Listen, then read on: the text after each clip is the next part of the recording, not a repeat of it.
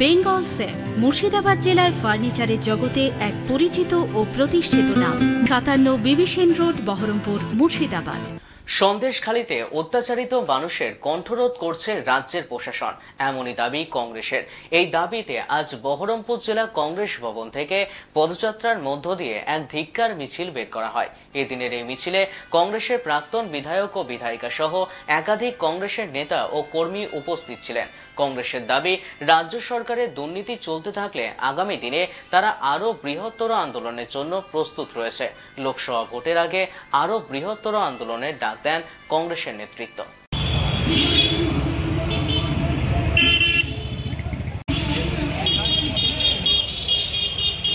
সম্মানীয় প্রদেশ কংগ্রেস সভাপতির নেতৃত্বে এবং নির্দেশে গোটা পশ্চিমবঙ্গে এই মিছিল সংগঠিত হচ্ছে।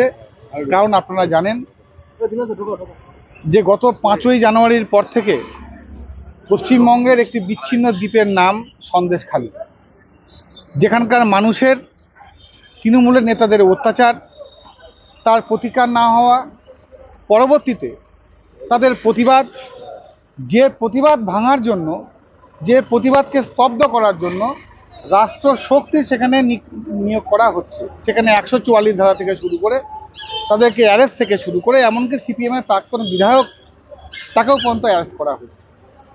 কারণটা কি? সন্দেশখালীতে তৃণমূলের একদম যাকে বলা হয় কোহিনূর হিরে শেখ শাহজাহান, যার বিরুদ্ধে ইডির তলব এবং ইডির সেখানে তার নাম ছিল, পরবর্তীতে দেখা গেল তার বাহিনীর আক্রমণে ইডির সেখান থেকে চলে যাওয়া এবং এখনও পর্যন্ত লুকআউট নোটিশ যার বিরুদ্ধে ঝুলছে, রাজ্য সরকার তাকে খুঁজে পাচ্ছে না। মানুষ প্রতিবাদ জানাচ্ছে।